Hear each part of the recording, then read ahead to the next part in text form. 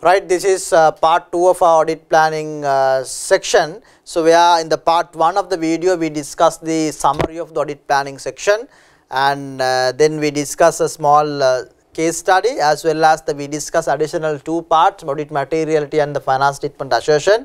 So, after having that summarized discussion on audit planning, as I promised during the first video, so I thought of discussing now a detailed long case scenario taking a little longer time, and how to train you how you should approach a practical case scenario without getting scared. You should not get scared for the long case scenario based questions, because those questions are generally easy. So, I will take little longer time to discuss this particular case scenario, especially for you to get trained how to approach the case study, long case study, right. So, if you look at your syllabus, or if you look at your past papers, so you have a pilot paper and you have a mock paper and December 2020 online paper and February 21. So all those papers, so up to now these 4 papers you have. Audit planning question, the long case scenario of all 4 papers have already been discussed. So, I am not going to touch those questions because we have already discussed. So, you can watch those videos. So, pilot paper, the long case scenario discussion is available in our during previous webinar series of the previous examination. So, you can go and watch that. And the mock examination case scenario, I have done a separate video or a separate webinar for this mock examination. Separate entire paper discussion is there. So, you can go and watch, you can go to the CA Sri Lanka YouTube channel and watch that. And December 2020, separately I discussed the entire paper. So, that video also available in the CA Sri Lanka YouTube channel. And February 2021 paper has not yet been discussed, so that will be discussed as the paper as a whole. So, therefore, I am not going to take that question to here to discuss, because anyway we are going to discuss, right. So, therefore, I am not in a position to take a question from this particular 4 papers, because we have already discussed as part of the main paper discussion. But I thought of getting a very good question from a previous syllabus, that is KB4 of your syllabus, right. June 2018, question number 7, if I am not mistaken, question number 7, June 2018, question number 7. So, that is for 12 marks, right. So, why I have selected this particular case scenario? Because there are so much of information, there are so much of figures given that you have to think analytically. So, I can easily explain you, and question is not easy, but I will explain you how to approach that type of particular case scenario. So, when we are discussing this all these 4 papers or all these 4 questions, so I didn't give any special attention to the audit planning itself, because that was a general discussion. So, but this question will be discussed now, giving a more attention towards how to approach the question. So, therefore, what I request from you, please, before starting this video, pause this video now and get KB4 June 2018 paper, the question number 7. I will show you here, right. This is KB4 June 18 paper. Now, I want to highlight one thing. Now, your syllabus changed KB4 to KB4 and KC4. The previous syllabus, now CL1, but always KB4 is not equivalent to CL1, which is, because CL1 is little bit much advanced than the KB4, but always you can base this question to practice at the beginning, and because those questions are also, some of the questions are almost equal to CL1. But always when you are referring to the KC4 question, be careful, because KC4 examination was open book previously. So, therefore, most of the time the questions approach are not getting matched with the CL1. So, this is your KB4 will be the good foundation for you. So, I have selected the question number 7 from here, because we do not have any question from the CL1 papers as of now. And question number 7, right. So there is a story given, and then there is a P&L balance sheet is given, another story is given, the one page big story, and the required, I am looking at only the part A. Required, using the above information as a 6 key audit risk that should be considered when planning the audit of STC. The similar type of questions that could come in your examination at the CL1 as well. So now, then ආයෙත් කියනවා මේ ප්‍රශ්න ලියපු නැති අය ඉන්නව නම් කරුණාකරලා නවත්තන්න වීඩියෝ එක ගිහිල්ලා print out එකක් ගන්න මේකේ print out එකක්. You take the print out of this paper please.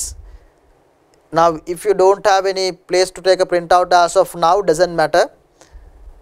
Do the question, take a print out, get a print out tomorrow, and leisurely do this question and come and watch the video. Don't look at the video without a printout or without the answer script written in your hand, right? That must be there. So without that you should not do. But if you because I don't want to just tell you explain you the question, but I want to train you in a manner that you will get a correct approach to write the long case scenario question, right? So okay, so now I am going to discuss question number 7.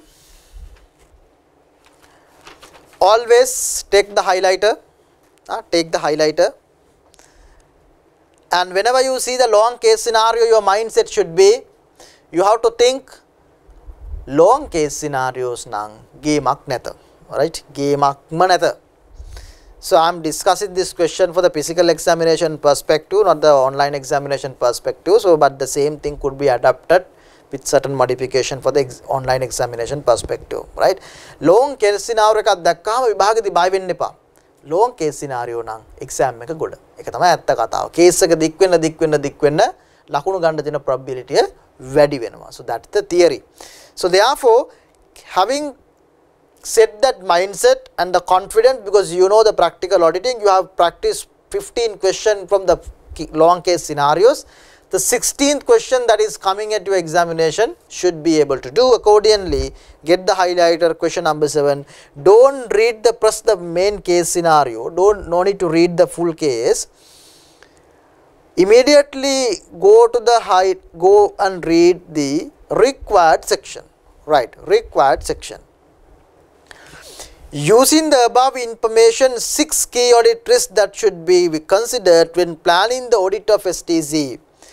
Using the above information, assess 6 key audit risks that should be considered when planning the audit of STC. So now, you have to read 3 times this, another one more round. Using the above information, assess 6 key audit risks that should be considered when planning the audit of STC. Now, take the highlighter and already examiner has highlighted the action verb, again highlight the action verb. Assess. Assess. Your action verb is to assess the key audit risk. That is not just to identify, not just to list, it is not just to outline, it is not to explain, but it is assessing. What is meant by assessing? අපි assess කරනවා කියලා කියන්නේ මොකද්ද? මේ action verbs ටික ගැන හරියට පරිස්සම් වෙන්න ඕනේ. පරිස්සමෙන් මේ දිහා බලන්න ඕනේ. Careful, you have to be very much careful in the action verb, because action verb will tell you what is the level of writing and what is the number of what is the quantity of writing, and real expectation of the examiner is given in the action verb. So assess mean what? So based on the given scenarios, you have to identify through arguments, through judgmental arguments. Whenever you write a point, you have to say why you have selected the point also. That assess mean that, right? And highlight the 6. The 6 also important. 6 also important. 6 key audit risks that should be considered when planning the audit of STC. Then highlight the key audit risk. So you are supposed to write the key audit risk, and then that should be considered planning the audit of STC, and highlight next number of marks, because this number of marks also important. When you highlight, it goes to your mind as a practice. When you highlight the number of marks, okay, 12 marks, then you have to allocate an adequate time in doing the question. 12 marks, right? So your time, you have enough you can take a considerable time. So now you know your question is to assess 6 audit risks to get 12 marks, and 1 will get 2 marks, mean then you have to write the point properly, right? Not just to identify the point, you have to explain as to why you have selected that particular point as a audit risk. So clear, already you have highlighted the action verb, number of answers required and the number of marks, and this is a practical questions. Right, now the press round of the question, you can do a scanning reading. So in the press, because you have to read the minimum 2 times the question, so press round, the scanning reading, you are not going to focus in the answer, but you are just doing a scanning reading. Will quickly read with me. You are a senior associate of Heller & Co, a firm of chartered accountants responsible for the audit of Steel Co PLC for the year ended 31st March 2018. STC was established in 1970 and its main activity is manufacturing steel bars for building construction. This is the first year of audit carried out by Heller & Co. The following information has been extracted from the draft finance statement as of 31st March 2018 and other preliminary notes that your audit team has compiled for the audit field work. Statement of profit or loss, draft audited variances, and all these details are given. You are not going to detailedly analyze at the moment. And steel industry, the housing construction sector in Sri Lanka has been rapid growth in the past 10 years due to the rise in housing demand. During the past 5 years, many foreign steel manufacturing companies started their operations in Sri Lanka. This has led a high competition in the market, which has resulted in manufacturers having to sell their products at economic rates. Other information, during the past 5-year period, STC's performance has declined. The company's management was disappointed with the results, and in 17-18 they undertook a number of strategies to improve the trading result. This included the introduction of a sales related bonus scheme for the marketing team and a high profile advertising campaign. Cash discounts were significantly increased during the same period by 35%. In addition, STC has extended the credit period of 30 days given to their customers to 90 days. The finance director of STC closely reviewed the draft finance statement for the year ended 31st March 2018.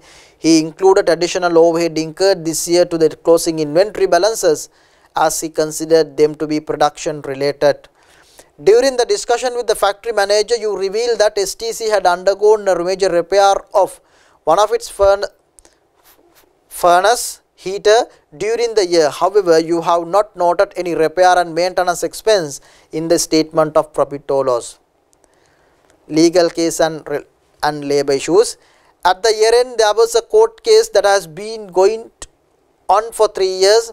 This case was filed by the 10 former employees who were underpaid their gratuity by STC. The employees won the case in the High Court in High Court in November 2017. However, the management of STC has appealed against the judgment of the High Court. No provision was made in the finance statement as STC's management is confident that the appeal will succeed. In several instances, STC has been warned by the Commissioner of Labour on the underpayment and non-payment of ETF contribution. These non-compliances don't have a direct effect on the determination of material amounts and disclosures in the financial statement, but compliance may be fundamental to the operating aspect and to avoid material penalties. Last point, investment in XCO Limited. XCO was incorporated in Cambodia. STC invested in XCO in 2010 and hold a 42% stake in the company.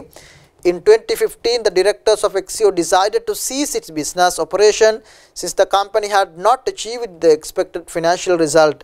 The investment of XCO is recorded in STC's financial statement at cost. However, STC is unable to provide evidence to support the carrying value of this investment. The performance materiality based on the draft finance statement has been agreed at rupees 190 million. Right. So I just did a scanning reading, so I didn't analyze any of the information. That should be your approach as well. So now you know the scenario, just you had some understanding, this is a steel company and so much of informations are given, your expectation is to identify the audit risk, right. So in the top of the paper, when you get the paper, top of this paper, make a physical exam එකක් නම් මේ paper එකේ උඩින් මෙන්න මේක ලියා ගන්න ඕනේ, right. So don't come to a wrong conclusion at the beginning itself. So to avoid the wrong answers or a wrong conclusion, when there is audit planning question, what is exactly tested by the examiner? Audit risk. So you have to identify the audit risk, right? And you need to be alert, or you need to be right? So you have to write top of itself, I will look at the effects, or will write differently. My concentration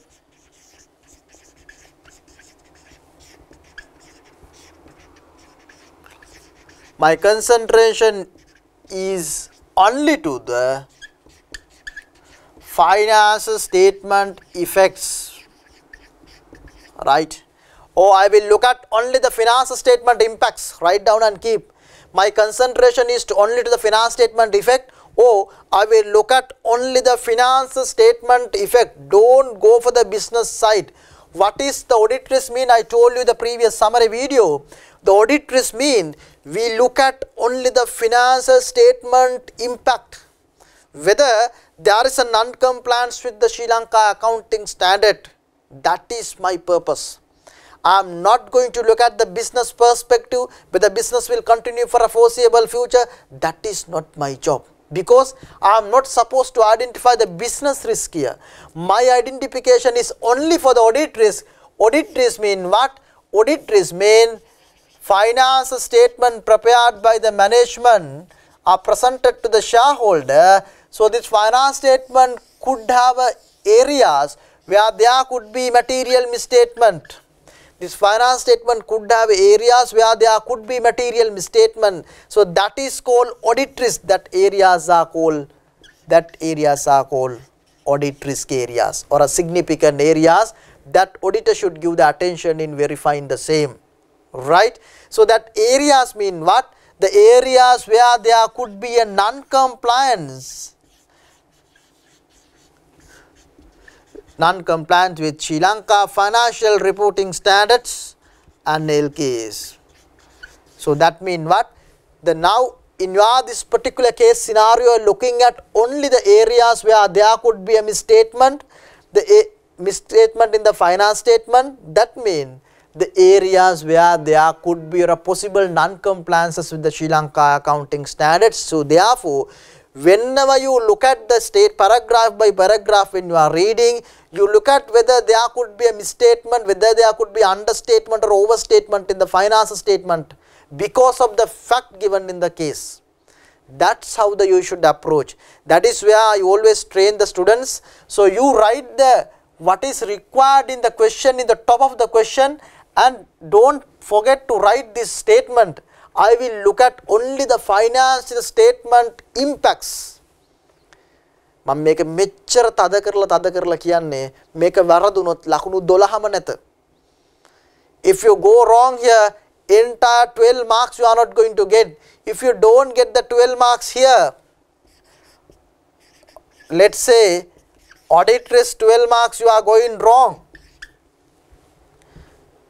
Most of the time the second part of the question is writing the audit procedures for the risk identified above. Most of the, now here is not the case, but most of the cases you have to write the audit procedures for the risk identified above. If you are wrong here, balance 8 mark also you will go wrong. Why? That is interconnected. What you identified only you have to write the audit procedures. So therefore, if you miss this 20 marks, please, you will not be able to get through the examination. You will be unsuccessful. Unless you make a big blunder here, finished. Number of marks, definitely you can't get through. So think seriously, approach my steps now. What are the steps I told you up to now? Highlight the action verb, highlight the number of marks and do a scanning reading of the question, and then now take the highlighter. Before that you have to write top, audit risk, and I will look at only on the finance statement. The සමහර අය තේරෙන භාෂාවෙන් මේක දාගෙන සමහරට ඉංග්‍රීසි තමන්ට සිංහලෙන් ලිව්වොත් ඕක වැඩිපුර මතක නැහැ සිංහලෙන් ලියා ගන්න පේපර් එක ප්‍රශ්නයක් නැහැ. මම මූල්‍ය ප්‍රකාශන දිහා විතරයි බලන්නේ කියලා. නැත්නම් ටැමිල් වලින් ලියා ගන්න. Doesn't matter. But what I want is your mind always should be reminded by looking at that word. I am looking at only the financial statement. I am looking at only the accounting standard. I am looking, because this auditing is a vast area. If you don't understand the practical gravity of the auditing, there are so many areas to look at. Now in this scenario, in this particular scenario, right, there are so many information complete for 2 pages. Your mind can be directed to so many areas to think. Now your mind should be limited on thinking only to the financial statement impact. Otherwise, never ending, you will check so many things, you will go for a different direction. End of the day, you will not touch the correct answer. Right, so that is why I highlighted. So this is note down, and then now take the highlighter and we are going to read the question. Whenever you are reading, remember, whenever we are reading, paragraph by paragraph you are reading, first paragraph you are finishing the reading, and after that stop the reading of the first paragraph and try to see whether there are any misstatement areas that you could see, and after that only you are going to the second paragraph. Right, after finishing the first paragraph, if you see any misstatement area, you can note down there itself, right, and you can put a mark like this, then you know your mind is satisfied that paragraph has already been completed and I identified the misstatement from that particular paragraph. Right.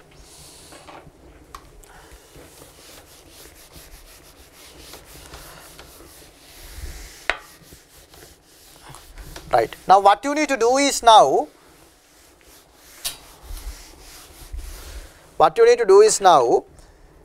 whatever the risk that you are going to identify now in this particular case scenario, and you are going to note down.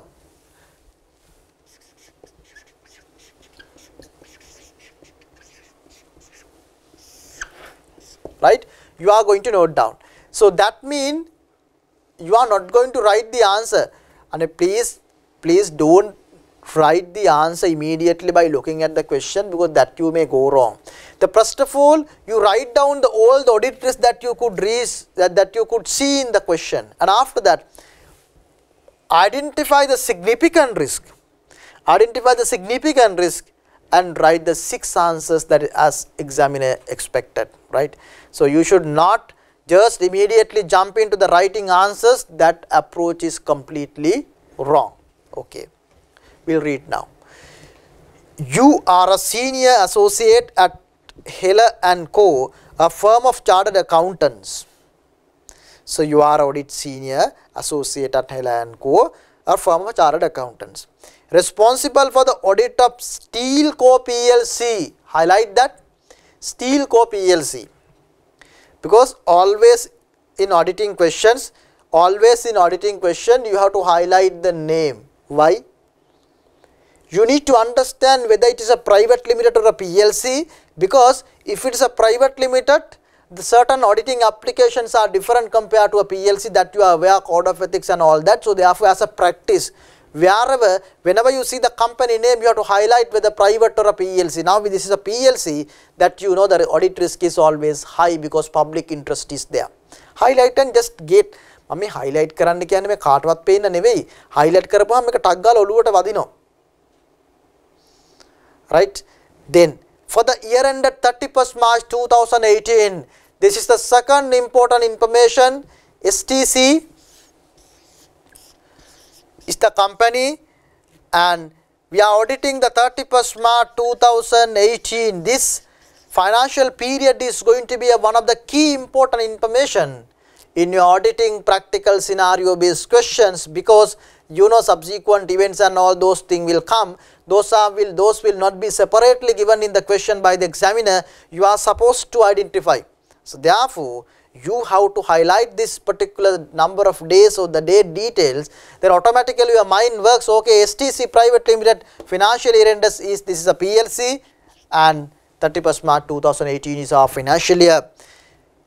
STC was established in 1970. This is a long established company, and its main activity is manufacturing steel bars and building construction. Highlight that, manufacturing steel bars and building construction. So this company is into the steel industry. Why I told you to highlight the nature of the business? Well, because this is important. Nature of the business will give you so much of audit risk, that I will tell you later. So much of audit risk. So therefore, nature of the business, when you see itself, now what I want you to do is, whenever you look at the loan case scenario, you need to get absorbed to the question. මේ ප්‍රශ්නේ ඇතුළට එන්න ඕනේ. නැත්නම් මේ ප්‍රශ්නෙට අනුගත වෙන්න ඕනේ. ඒ ප්‍රශ්නෙට අනුගත වෙන්න නම් මේ හිතින් from your, you have to imagine a company where they engage in a steel manufacturing. If you haven't seen, just think about an hardware, and think about an hardware and try to get into a mind that I am in the steel industry, I'm in a steel company, I'm auditor of a steel company. යකඩ ගොඩ ගහලා තියෙනවා, කම්බි ගොඩ ගහලා තියෙනවා, අන්න එහෙම එකක් ඔළුවෙන් හිතා ගන්න ඕනේ. දැන් ක්වෙස්චන් එක එක්සෑම් එකේ දීලා තියෙන බේකරියක් නම් හන්දියේ තියෙන බේකරිය මතක් කරගන්න. ගාමට් එකක් නම් හන්දියේ තියෙන ගාමට් එක මතක් කරගන්න. හොටෙල් එකක් නම් ගිය හොටෙල් එකක් මතක් කරගන්න. University එකක් නම් ගිය university එකක් මතක් කරගන්න. So this has to be in your inside of the mind. This will help you, and this will give you more confidence in identifying the correct answer, because you are into the game and you are in the question. Okay. So now this is a STC PLC steel company, financial year is 31st March 2018. This is the first year of audit carried out by Heller and Co. So this is the first year. So Heller and Co is the auditors, which they are conducting the audit for the first year. That is also one key information, and that paragraph is done now. So the first paragraph we have finished. Do you see any audit risk there in the first paragraph? Always remember, from a business nature, the business nature point. මේ මම මේ කියන මේ ප්‍රශ්නයක් approach කරන විදිය අර theory පාඩම් තුන කටපාඩම් කරයි කියලා විභාගෙ ලියන්න බැරිය. Right? That's what I am discussing here now. I told you I don't want to discuss the theoretical angles. I want to do a small revision and I want to discuss the question. So I request you this type of 15 to 25 case scenarios. Right? If somebody can do minimum 15 you have to do. If somebody can do 25 is always better.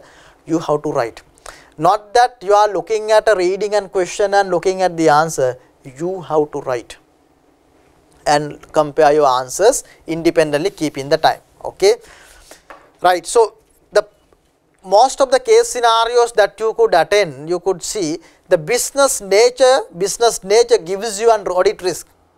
Sometimes if the company is in a hotel industry, these days that gives you an audit risk, because the company is not in a position to continue and there are so much of problem. So therefore nature of the business itself will give you an audit risk into the financial statement, especially like a going concern. But you know, steel industry you can't see a significant audit risk arising because being a steel company. Now let's say if you are in the like a pharmaceutical in business, the pharmaceutical business, let's say company, nature of the business is pharmaceutical company or a drugs dealing company. So such company has an audit risk. What it is? There are so much of compliance or regulatory compliance that are imposed by the regulatory authority. So if non-compliance of those regulatory authorities regulation would result financial statements impact.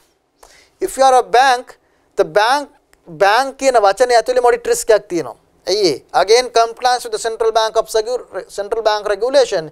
If you don't comply, central bank will cancel your license. That could create a going concern issue. Right? So therefore, always in the first paragraph of your planning question, nature of the business would give you an audit risk. But in this particular case scenario, I don't see a steel company can create audit risk, because being a steel company, I don't think specifically that effect to the finance statement non-compliances. It will not be. So therefore, first paragraph you cannot see the audit risk, so that first paragraph is done. So you put a mark like this to the first paragraph, so finished. Again you don't have to look at. Clear? Right, second paragraph. The following information has been extracted from the draft financial statements as at 31st March 2018 and the other preliminary notes that your audit team has compiled for the audit field work. Right? Now the balance sheet and the P&L has been given. So whenever your balance sheet and the P&L has been given, you know, auditors always look at the financial statement in the mindset of ARP. What is that? Analytical review procedures. So you might have learned under the theory. So analytical review procedures mean always auditors compare the figures. What happened in the last year and what happened in this year? What is the difference? What is the percentage of increase? And auditors look at the P&L items are linked to the balance sheet item. And also auditors are calculating the key accounting ratios like gross profit ratio, net profit ratio, like that. So these three things, mainly these three things.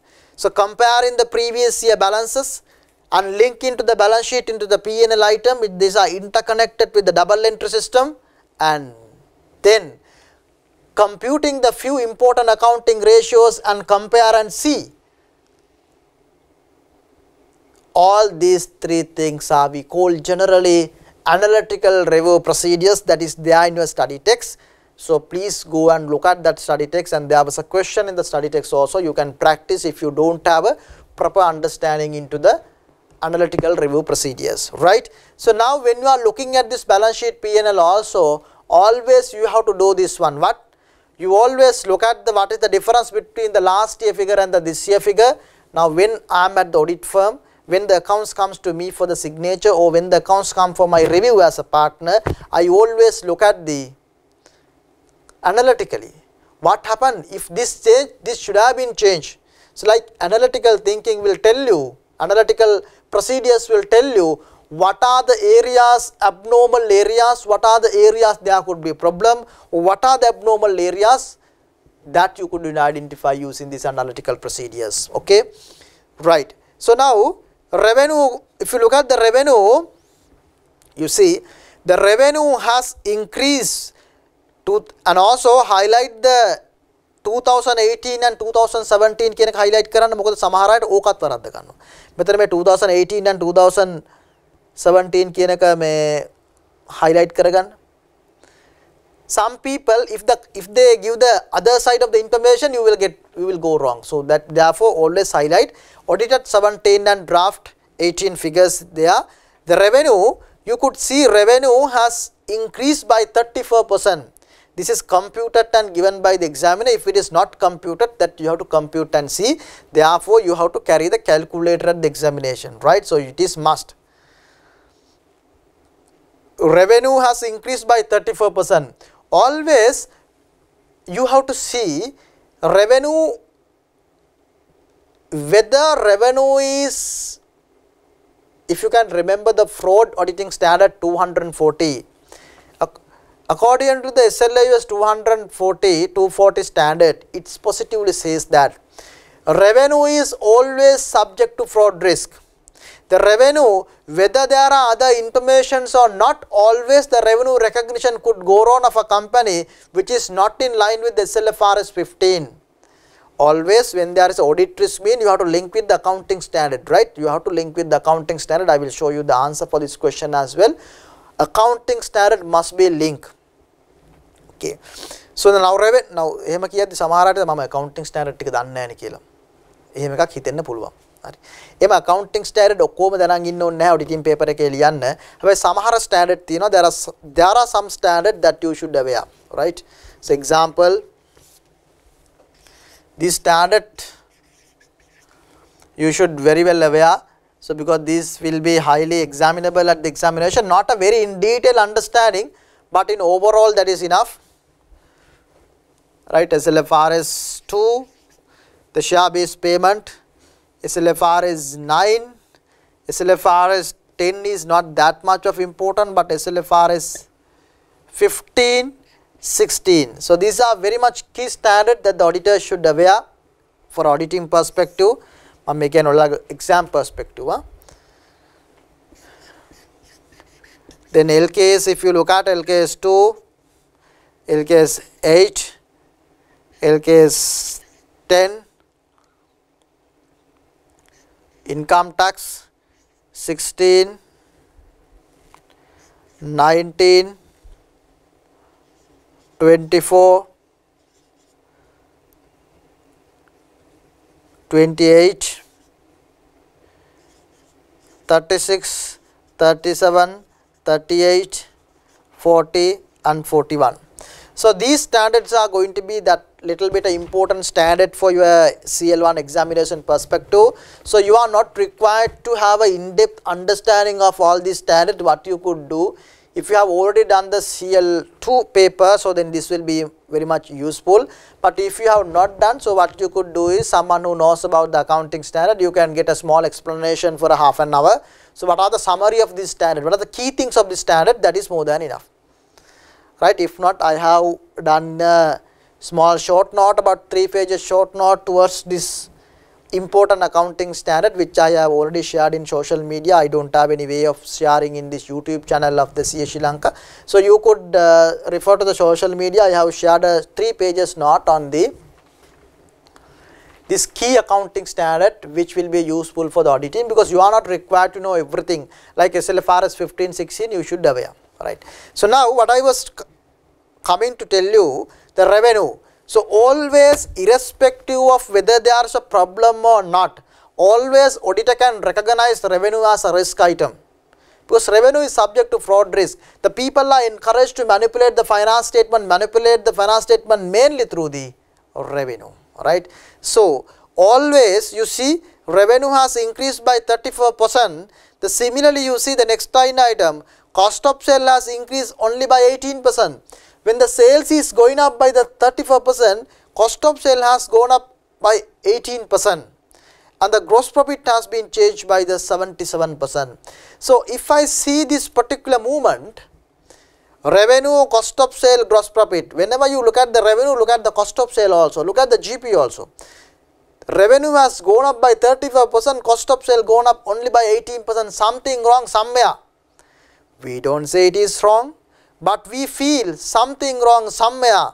So therefore, abnormal figures that is given in the revenue, when the revenue is increased 35%, cost of sale only 18%, means something wrong somewhere. So therefore, I feel that revenue recognition as required by SLFRS 15 could go wrong. That is my judgment. මම මේකේ මට හිතෙනේ ඔක්කොම ලියා ගන්නවා, right? ලියලා මම මේකෙන් වඩා වැදගත්යයි හිතන ටික උත්තරයට ලියනවා. ඒකයි මම මේ කරන්න යන්නේ. So SLFRS 15 revenue recognition, I have a problem. The secondly, when you are given a P&L, always what you need to look at? Immediately you have to compute the gross profit ratio of a company and see GP ratio. This will tell you many things in a company.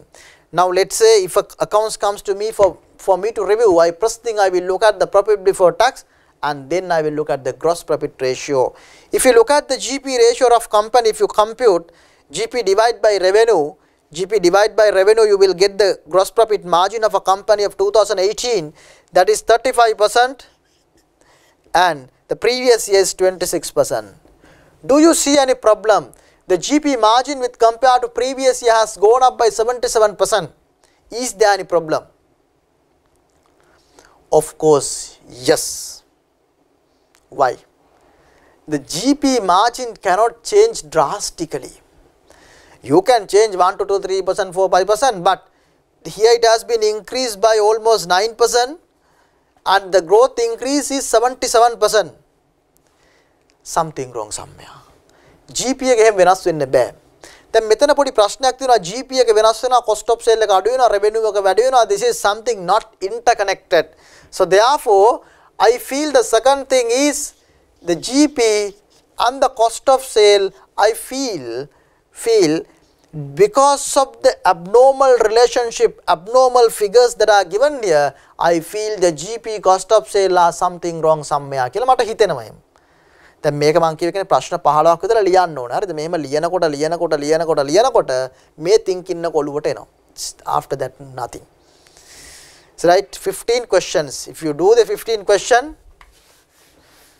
and if you get fail at the exam, I don't accept. But the mail account may ප්‍රශ්න තේරෙනවා නම් auditing තේරෙනවා. Audit planning කියන question එක මාර confident මම කතා කරන්න බලන්නකො. මේ confident පිට මේක analyze කරන්න පුළුවන් නම් අනිත් chapters nothing. Right. Then okay. Then the third item is given in the P&L. You can see revaluation surplus. Revaluation surplus 1300 it is given in the P&L. Then මේක දැකපු ගමන්ම මේවට කියන්නේ professional skepticism of the auditor. You have to feel that or you should recognize that. මේ revaluation surplus P&L දැම්මේ කොයි කාලෙද? අපි revaluation surplus P&L දානවද A level accounting කරානේ? එහෙම දානවද? එහෙම දාන්නේ නැහැ. Revaluation surplus has to go to where? After profit after tax under the other comprehensive income as per case 1. So the revaluation surplus, definitely this is wrong. The revaluation surplus that cannot come. The revaluation surplus, right? This is property, plant and equipment. The revaluation is something wrong somewhere. Classification error is there. So that you identify that as a risky item, right? I miss one of the important information for you to note down at the beginning. Whenever you do this type of question, audit materiality, overall materiality has to be, or the planning performance materiality has to be kept in the top of the question. මේ ප්‍රශ්නේ උඩින් මේක ලියා ගන්න ඕනේ මොකද මේ ඔක්කොම දීලා තියෙන figures are based on the material level. So that if the question has given the material level, you note down. If the question has not given the material level, your calculator is there. You know how to calculate the materiality. I explained you in the previous video. So you have to calculate the materiality here. Of course, NBT, PBT we can take at 5%. But here question has given the material level at the last, that is 190 million. That is performance material level. Performance material level is 190 million. So you have to make the decision based on the 190 million. Right. So if you see the revaluation surplus is 1300. So that is something wrong somewhere. Then net finance cost slightly reduced. You don't have a specific information to tell at the moment. Tax expense has gone up. Yes, when the profit is going up, tax expense has to go up. So that is obviously understood, and net profit is there. The GP margin we already took into the consideration, and net profit margin is generally not a factor in the audit risk because net profit anyway can fluctuate because of so many other factors, not like a gross profit. So now your P&L is done now. When you look at the P&L without looking at the other information, you saw 3 problems. Please don't immediately jump into the writing the answers. And don't immediately look at all the information and try to identify. Please follow these steps and one by one and follow and try to pick the correct point of the answer in a proper systematic way. So I used to tell you in the studies also, you have to learn or you have to study the subject in a systematic way. Similarly, when you are attending the planning question like this, you have to do in a systematic way. Then statement of financial position, if you see, property, plant and equipment has gone up by 25%. The PP, the property, plant and equipment has gone up by 25%.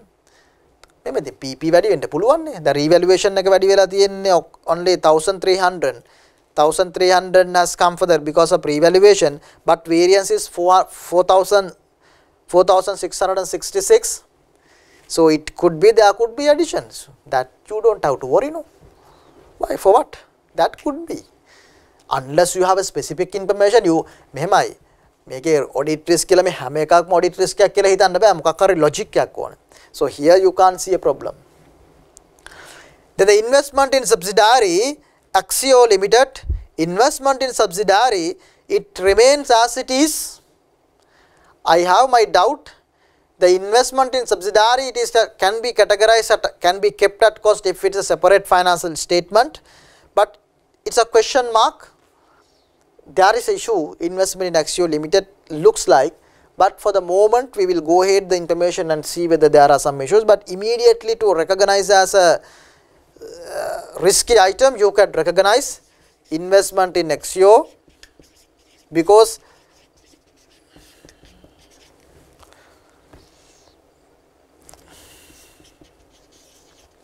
you know when there are investment, if it is a subsidiary, that yes, we have to keep at cost, but you know the investment mean accountings are different, subsidiary accounting, associate accounting, normal investment, SLFRS 9, fair value measurement, all these are coming. More than that, for auditor, but the most important fact is the recoverability of this investment.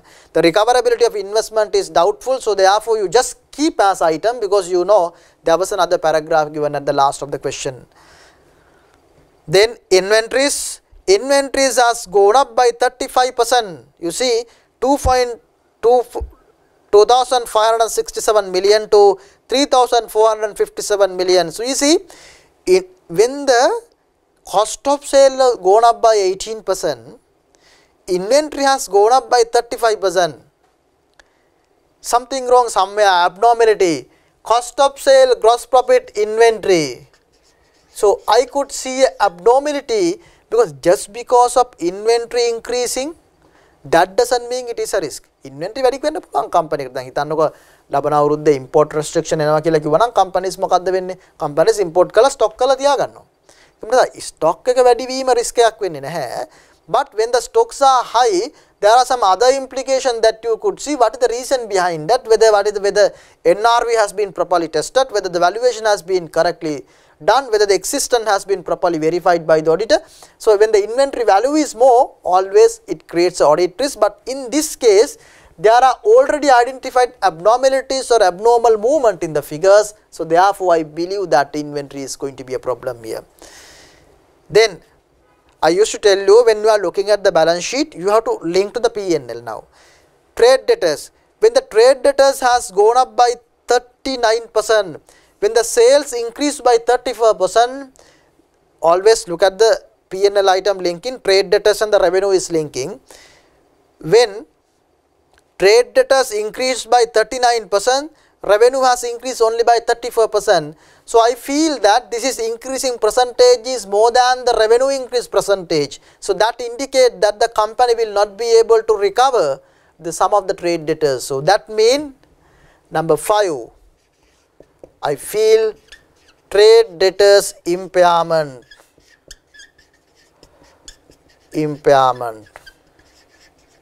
Trade debtors impairment, SLFR is 9. I have a problem. So always whenever you look at the balance sheet, look at the P&L item and compare and see whether it is reasonable movement is there. Then stated capital, I don't feel no difference, can't be a risk. Return earnings, of course, that is profit is coming there. And defined benefit obligation, it has gone up by 7%, it is natural, it is a slight increase can happen because gratuity. And income tax payable has gone up by 90%, so that may be the because of the year end provision, or the provision or the company has made the subsequent payment, but you don't have any other information for you to believe that that is something wrong.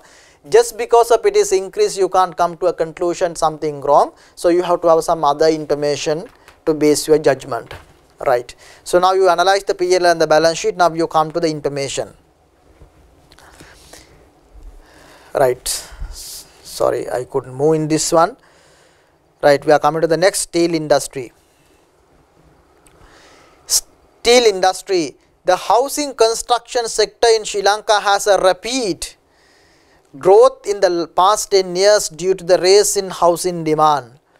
The housing construction company has a rapid growth. Is that a risk? The company got developed වෙනවා හොඳයිනේ.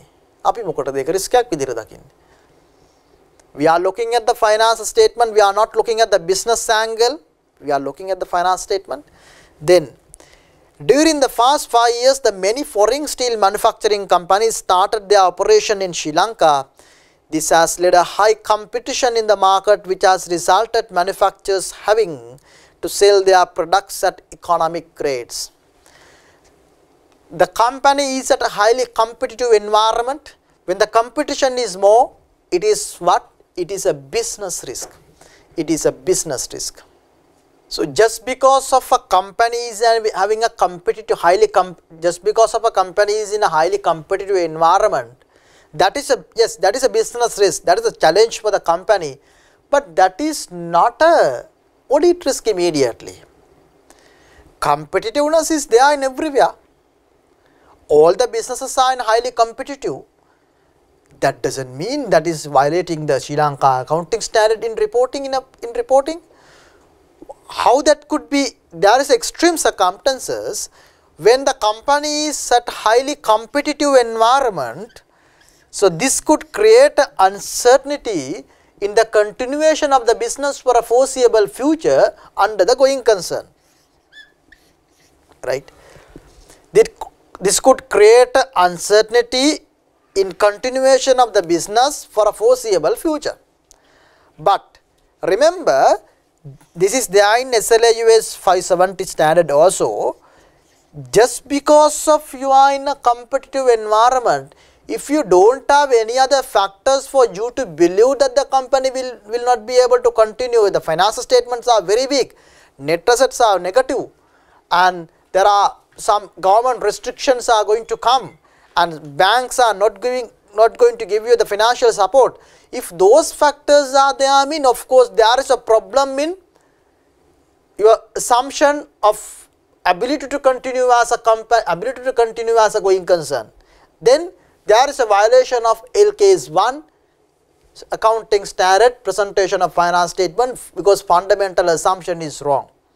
But remember that auditing මම මේක කිව්ව audit planning questions ගොඩක් කරනකොට මේක එනවා automatically එනවා මම මේ හිතන විදිය මම ඔයාලට මේ කියලා දෙන විදිය කල්පනා කරන විදිය මේක automatically අඟට ගන්න පුළුවන් නම් හිතන්නකෝ මේ auditing කියලා කියන්නේ මාර ලස්සන විෂයක්. So this is the beautiful subject. So if you get into your mind, if you get into inside the system, you don't have to look at this theory and you don't have to memorize this theory. It's such a beautiful subject, right?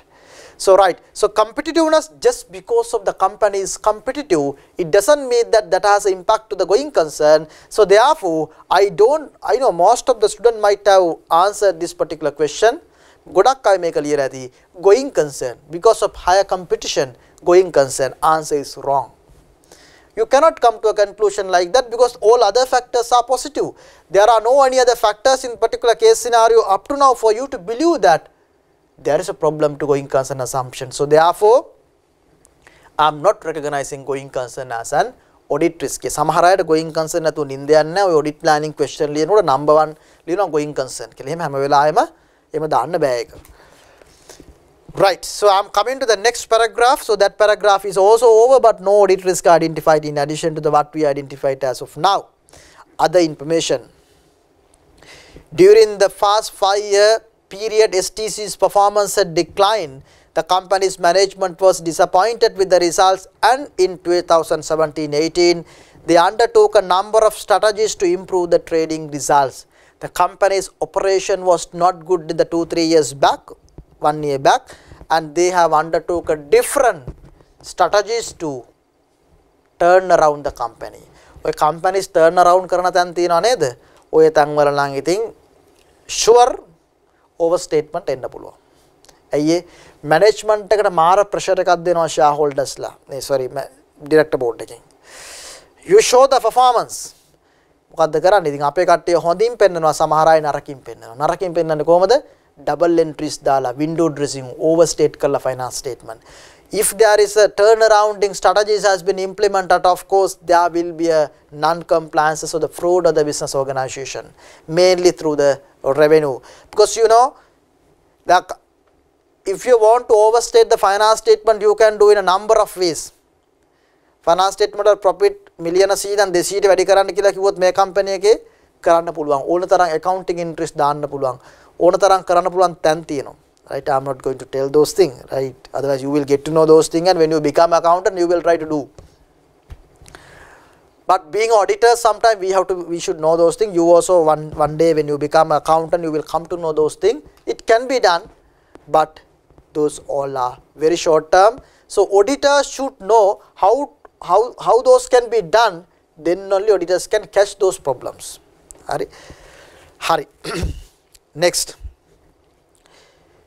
this included the introduction of sales related bonus scheme. Sales related bonus scheme, can you remember the fraud standard? If there is a sales related bonus scheme, fraud triangle is come into the place.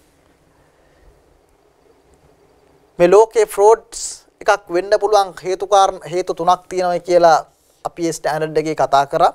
We have discussed there are three factors as to why the people engage in the fraudulent activities. One is pressure, right? Pressure. So if you are on a pressurized moment, you will engage in the fraudulent financial reporting activities. And another one is opportunity. If you have opportunity to engage in the financial reporting financial fraudulent activities, you will engage. And other one is rationalization.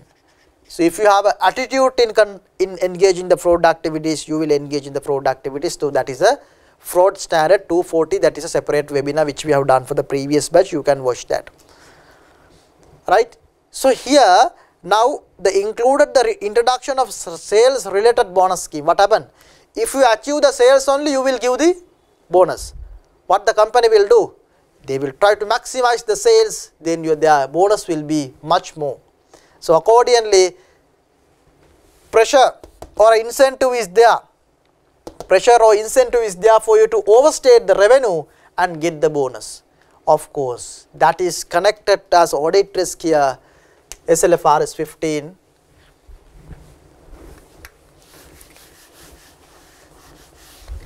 Right, I would say this is bonus scheme also come into the place here. So accordingly, so bonus scheme is getting connected to the revenue. You see, I am identifying in a different places and writing the same point, then easy for you to summarize the answer at the examination rather writing separate points. And a high profile advertising campaign has gone up. So, but advertising campaign has gone up, but you can't see a distribution expenses. That also are another observation, but those are not material one.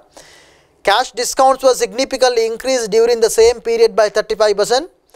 Cash discounts were significantly increased during the same period by 35%. Cash discount, trade discount, cash discount. Cash discount then කොහොමද?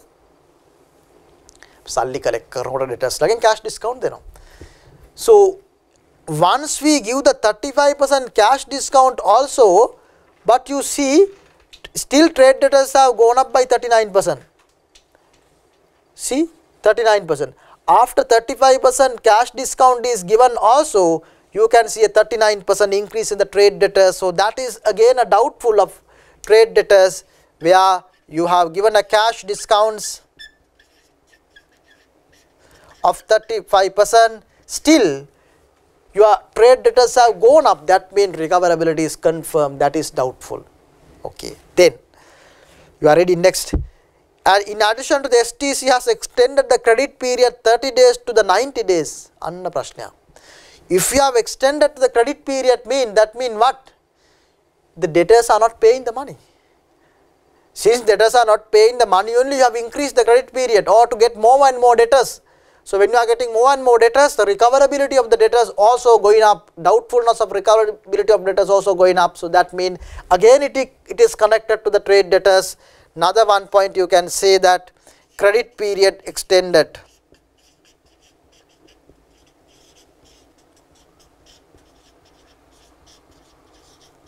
Credit period extended.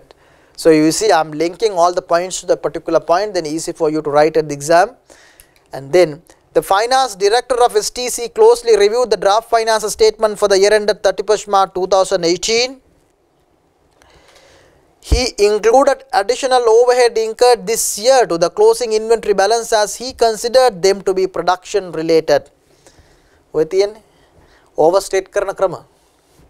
දැන් සාමාන්‍යයෙන් ඉන්වෙන්ටරි closing ඉන්වෙන්ටරි එක ඕවර්ස්ටේට් කරා නම් GP එක වැඩි වෙනවනේ. GP එක වැඩි වුණා නම් NP එක වැඩි වෙනවා. ඒතර ක්ලෝසින් ඉන්වෙන්ටරි ස්ටොක් ක්ලෝසින් ස්ටොක් එක ඕවර්ස්ටේට් කරන්නේ කොහොමද? ක්ලෝසින් ස්ටොක් එක ඇතුලේ තියෙන්නේ මොකද්ද? raw material cost, labor cost and the overhead cost. the raw material cost එක overhead කරන්න මේ overstate කරන්න බෑනේ. ඒක ඇවිල්ලා ගත්ත ගාන තමයි දාන්න වෙන්නේ. labor cost එකත් overstate කරන්න බෑනේ. දාපු expenditure එකනේ.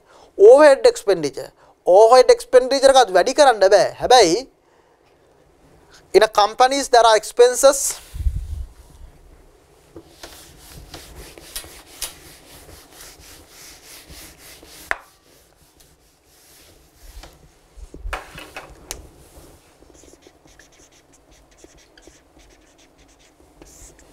right. In companies the expenses, it could be factory overhead or production related overhead and other overhead, right. There can be two expenses. So factory overhead will be taking into the part of the manufacturing process and cost of sales, and then accordingly it will come to the inventory valuation as absorption rate of closing inventory. So what happened now? What this finance director is proposing, finance director, certain other overhead which are charged to administrative expenditure or the distribution expenditure, he is making an argument, those are classification errors, those are factory overhead, add to this in the P&L. You add to this in the P&L, what will happen automatically? Automatically your factory overhead goes up, then the absorption rate of overhead cost which is related to the inventory is going up. When that goes up, inventory valuation goes up. Inventory valuation goes up mean year-end closing stock value goes up, and then end of the day GP goes up. How nice, finance director. He is a good auditor. He might have worked in audit firm properly and come and propose this thing. So therefore, so I feel that here inventory valuation is going to be a problem. So you can link to here itself, finance director's proposal. The විභාගෙට ලියනකොටත් මේ වගේම paper එකේ අනිත් පැත්තේ හරි මේව ලියා ගන්න. එතකොට ඔයාලට විභාගෙදී සමරයිස් කරලා ලියන්න තියෙන මේ that is easy for you to summarize and write. Right, then during the discussion with the factory manager, you reveal that the STC has undergone a major repair as one of its furnace කියලා කියන්නේ another. So you know this, the steel companies they are using for they are heating the steel. So they use a liquid like a petrol, something like similar to petrol but something different, but that type of liquid item heated during the year. However, you have not noted any repair and maintenance expense in the statement of profit or loss. Now you see, STC had undergone a major repair of major repair. So if they have undergone a major repair, particular expenditure incurred, we discussed previous video also, particular expenditure incurred, either you can capitalize according to the LK 16 or you can charge to P&L. Right. So if you are capitalizing under the LK 16, there are certain capitalization criteria given. So according to the criteria, you have to capitalize. If not, you have to charge to P&L. The economic benefit should flow to the business entities more than 12 months or more than 1 year. Then you can capitalize. But according to this explanation, they have capitalized everything. Once you capitalize everything, that is not charged in the P&L mean, P&L impact is less. The profit will go up. That is another manipulation strategy. The depreciation expenditure, so if you charge, rather you charge to P&L current year, you charge over the period of next 10 years. The current year P&L goes up. Short term performance is high. So therefore, it is doubtful whether the correct classification, correct recognition has been done in terms of LK 16. So therefore, I am linking to the PP, right, major repair. I have a doubt about a major repair. Right. Okay. Then, so we are coming to the next paragraph. At the year end, there was a court case that has been going on for 3 years. There was a court case. This case was filed by the 10 former employees who were underpaid their gratuity by STC. the company gratuity has to be paid according to the Gratuity Act, but according to this information they have not paid a proper gratuity, so they have filed a case. The employees won the case in the High Court in November 2017. This is where I told you the information of the financial period is important, because our financial period goes to 31/3/2018. This is starting from 1/4/2017. So this incident happened on November 2017. So what has happened there? This court has given a decision in favor of the employees. However, management of STC has appealed. So this moment the company has become liable, according to the LKS 37, present obligation and the possible obligation. If it is a present obligation, you have to make the provision. If it is a possible obligation, it is a contingent liability, you have to make the adequate disclosures. But definitely November 2017 it has become a present obligation because the court has given the final wording. But company has appealed to the 31st, when it comes to 31st March 2018, the appeal has not been concluded. Then the year end, you have to make a conclusion whether this is a present obligation or whether this is a possible obligation. Present obligation or a possible obligation. If it is a present obligation, provision has to come, but we didn't see a provision in the balance sheet. If it is a possible obligation, only disclosures should come as a contingent liability. So that decision has to be made based on the prevailing factors of the scenario referring to the accounting standard LKS 37. Right. So therefore, I feel that the correct recognition may or may not have been done. We don't know, we are doubtful. So therefore, the legal case will becoming another risk for the auditor. Legal case, contingent liability. I told you, if there is a legal case, the materiality concept is not applied. Even 190 million performance material rule is not applicable for the legal cases. Then, in several instances, STC has been warned by the Commissioner of Labour on the underpayment and non-payment of EPF contributions. In several instances, STC has been warned by the Commissioner of Labour on the underpayment and non-payment of EPF contribution. These non-compliances don't have a direct effect on the determination of material amounts and disclosures in the finance statement, but compliance may be fundamental to the reporting aspect to avoid material penalties. The company is not complying with the laws and regulation. So we are not going to give an opinion to the shareholders whether the company has complied with all the laws and regulation. But certain non-compliances of the company, there is a separate auditing standard. I hope that you might have already learned that one, SLA US 250. Right. So accordingly, certain non-compliances are very much fundamental and create unnecessary penalties to the finance statement. So therefore, it may affect to the finance statement, especially if there is a material penalty, if that is not provided in the finance statement, which is not in line with the LKS 37. So it is again an audit risk that could be identified. So therefore, number 6 and 7 you can identify non-compliances.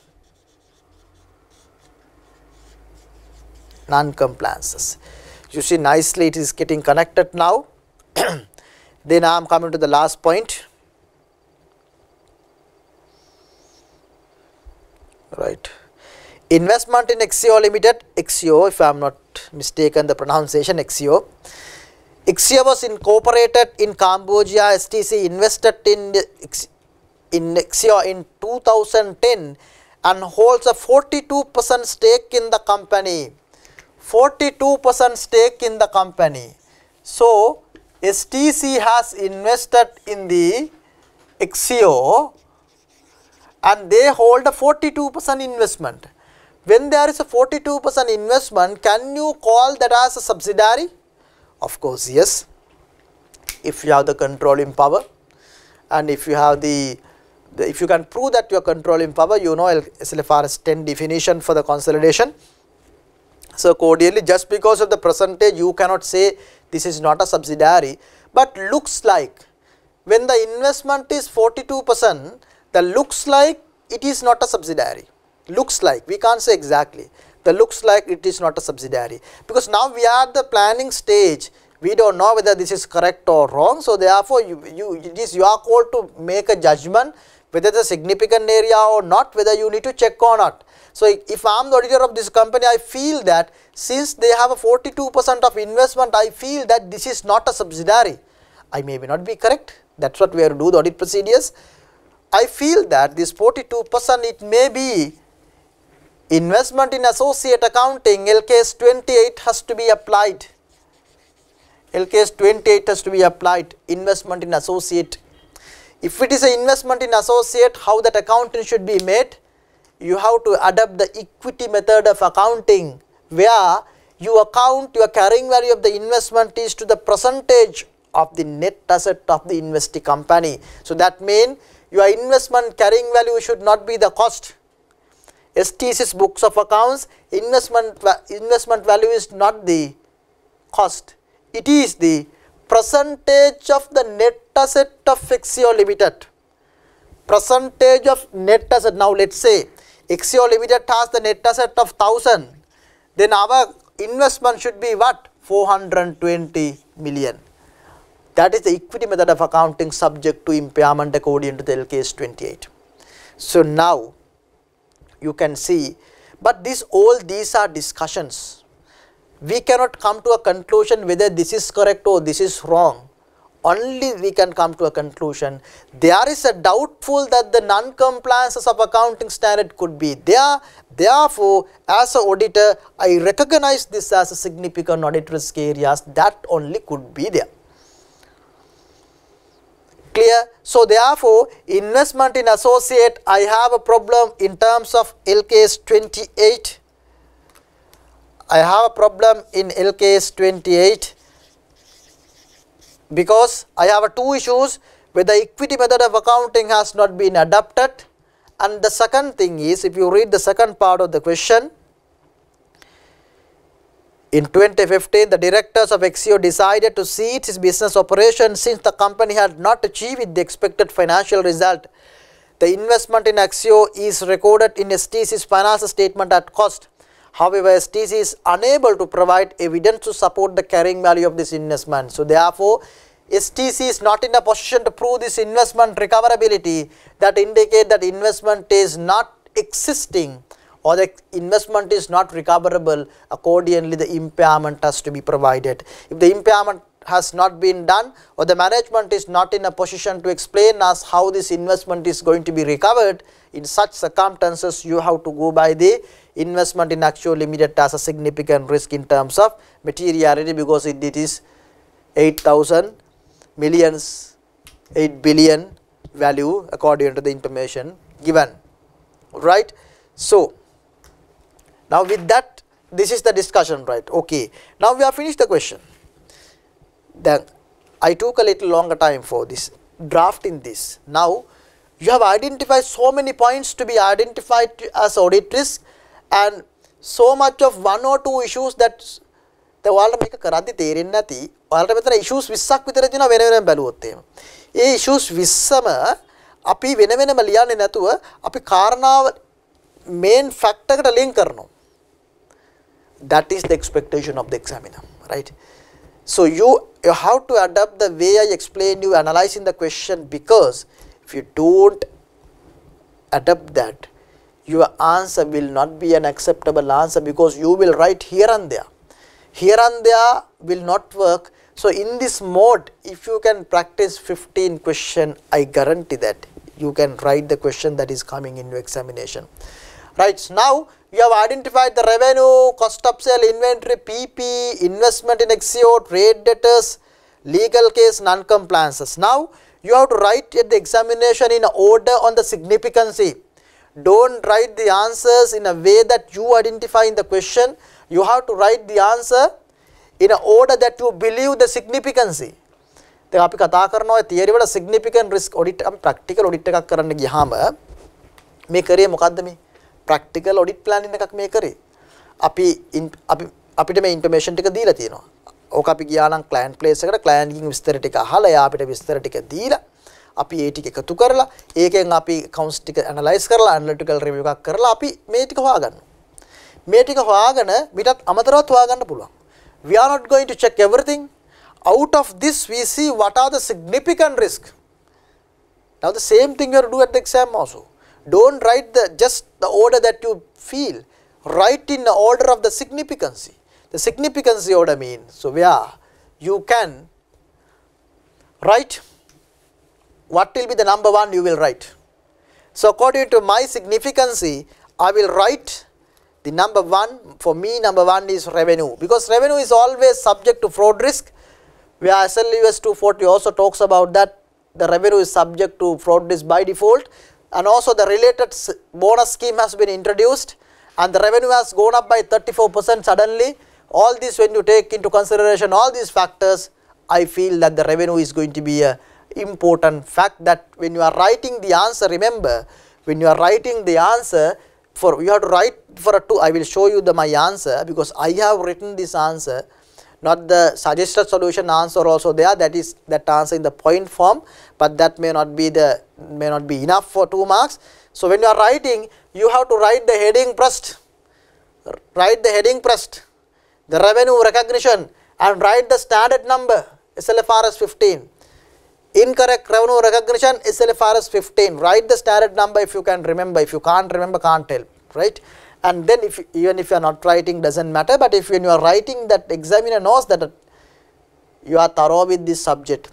And then you point out the 2 points, the revenue has increased by 34% and the sales related bonus has been introduced, then accordingly the revenue might be overstated and revenue may not be in compliance with the SLFRS 15 or relevant accounting standard. If you can't remember the standard number, write the relevant accounting standards. Cunning answers, right? Okay, so then that's how you have to write the answer, right? Then what would be the number 2 for you? So number 2, I feel that you can decide the gross profit, cost of sale, inventory, and this you can write as a significant point, because inventory valuation, right? Finance director has proposed to increase the overhead, and then the inventory valuation will go wrong. Cost of sale, GP, and everything is a mess. Everything is not interconnected. So therefore, this you could explain properly and link into the LKS 2, the inventory standard. This you have to link to the evaluation of inventories LKS 2 and the financial reporting framework. And then third thing, I can feel the investment in Axio Limited is a key matter which will be important for you, will be important for the auditor. Investment in Axio, basically non-compliance LKS 28 and the impairment of that particular thing. And number 4 will be the trade debtors, because trade debtors, even number 3, this can be number 3 also, 3 or 4 it can interchange. The trade debtors impairment, there are 3 factors. Cash discount given, trade debtors have been increased drastically, credit period has been extended. With all these factors, this is going to be another risk factor, right? So then these are the 4, and number 5 you can write the PP or even legal case you can write, and non-compliances can be written. So the examiner has requested only for you to write 6 risks, but if you want you can write number 7, don't write more than 7. When you are writing the key answers, don't write at the last, write the answer in order that the significance of the risk that you have identified. So now what we did, we read the question, we identify the points, now we are going to write the answer. So I am going to show you the answer written by myself. So this is not the suggested solution answer. So when you are writing an answer, you have to be the answer into this level, not to write too much or not to write less also, because you have to always be in the mindful that what is the number of marks allocated for the answer, right? So if you see here, you see the first point, significant, identify significant risk of material misstatement is the question. Overstatement of revenue SLFRS 15. It is noted that the sales related bonus scheme has been introduced during the year and the sales have gone up by 35% with compared to previous year. You see the 2 facts are there. So both the factors I have given in the first paragraph. If you want, you can write the 2 bullet point also. Then therefore there is a possibility that the revenue might have been overstated to achieve the sales target and related benefit via window dressing.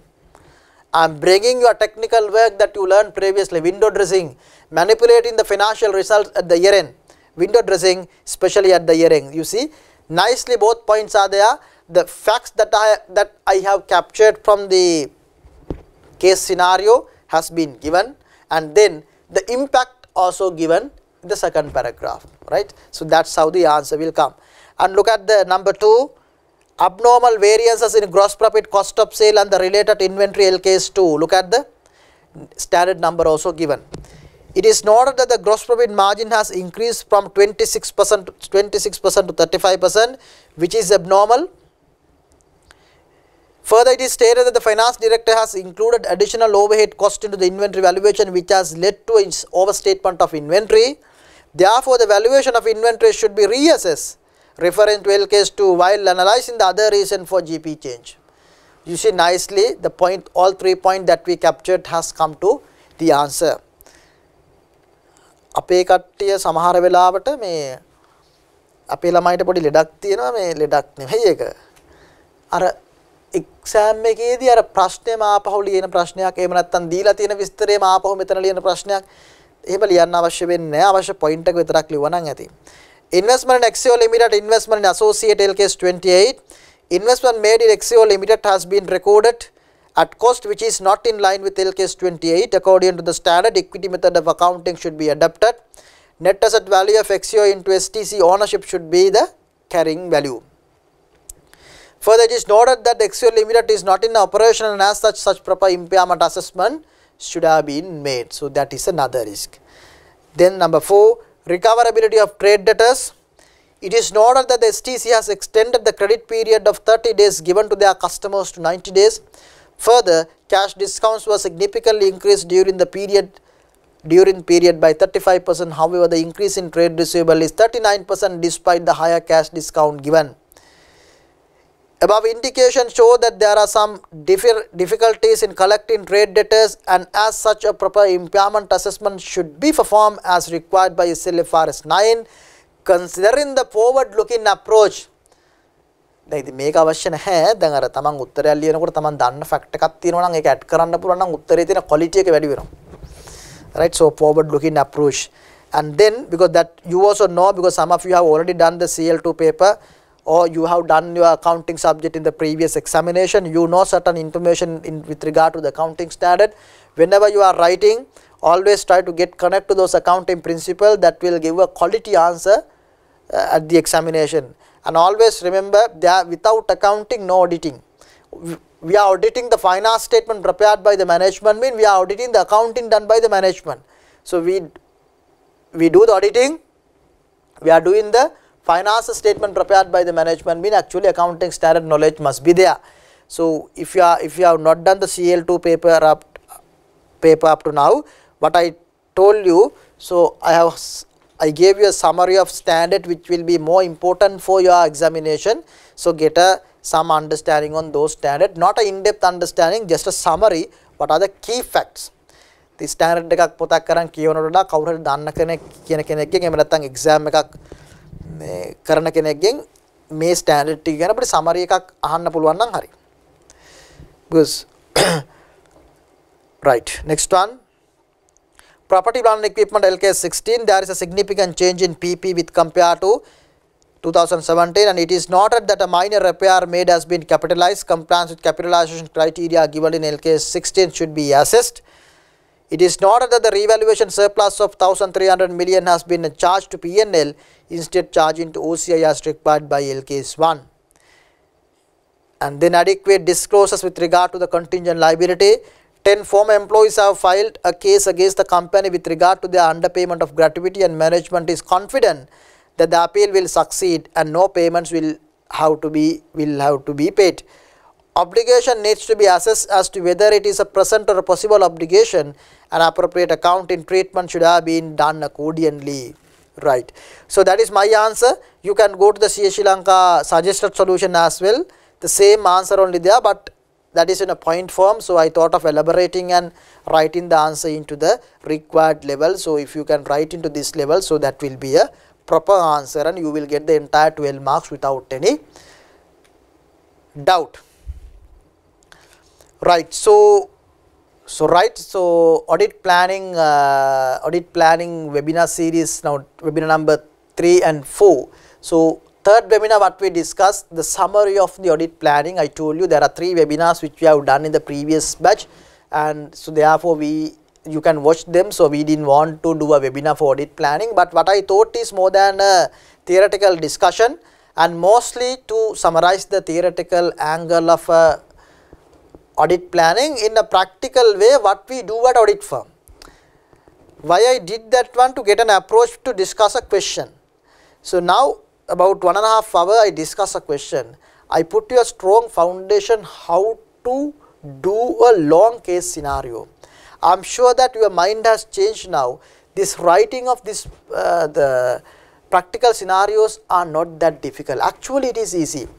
So if you have interest you could do. So what I request from you, please take minimum 15 questions, because you have 4 papers and KB 4 papers, there are so many questions. Revision kit, there are so many questions. Write your own. Don't read the question and look at the answer. Get up early in the morning, somewhere around 5 o'clock, and that time is good. And read the question and write the answer and compare your answers. If you do 15 questions alone, and after that, after your answers are checked, close the eyes and argue yourself why your answer is wrong.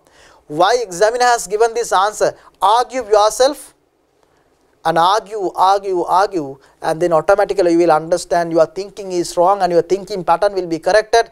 If your thinking pattern is corrected, whatever the case comes at your examination will not be difficult. You will get the entire 20 marks from the audit planning section. Thank you.